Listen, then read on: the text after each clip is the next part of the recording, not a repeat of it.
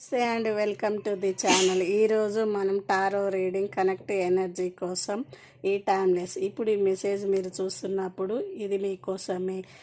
ఈ కనెక్ట్ అయితే ఈ ఫైల్స్ నుంచి ఒకటి ఎంచుకోండి. Files 1, files 2, files 3.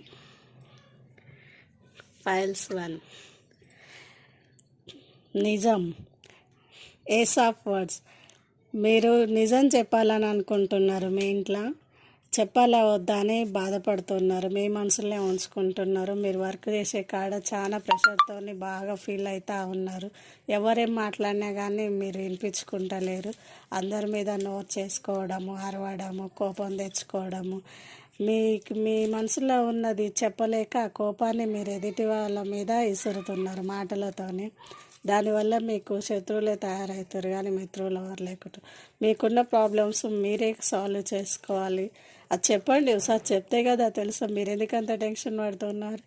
చెప్పకుండా మీరే ఉంచుకుంటే నేను తప్పు చేశాను, రైటా రాంగ్ అని మీరే అనుకుంటున్నారు. ఆ ప్రాబ్లమ్ని మీరు క్లియర్ చేసుకోండి. మీరు చాలా తప్పు చేస్తున్న మీ ఫ్యామిలీ మీ పార్ట్నర్తో మీరు ఏదో చెప్పాలని ఎప్పటి నుంచో అనుకుంటున్నారు. అది మీరు చెప్పండి. Files 2, the హెర్మెట్. దీని గురించి మీరు చాలా రోజుల నుంచి మీరు చాలా ఆలోచించి ప్లాన్ చేసారు. సగం వరకు వచ్చింది దీనికి మీరు అనుకున్న ప్లాను.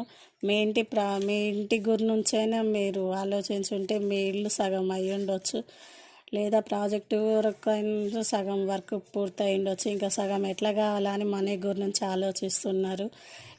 ఇంకా డబ్బులు కావాలి ఏందని అందరిని అడుగుతుండొచ్చు. ఈ ప్రాబ్లం ఎవరికి చెప్పాలని మీరు ఆలోచిస్తూ ఉన్నారు. ఎవరికి చెప్పినా కానీ ఎవరు అరుస్తలేరు, తీరుస్తలేరు అని చెప్పేసి మళ్ళీ అట్లా అనుకోండి.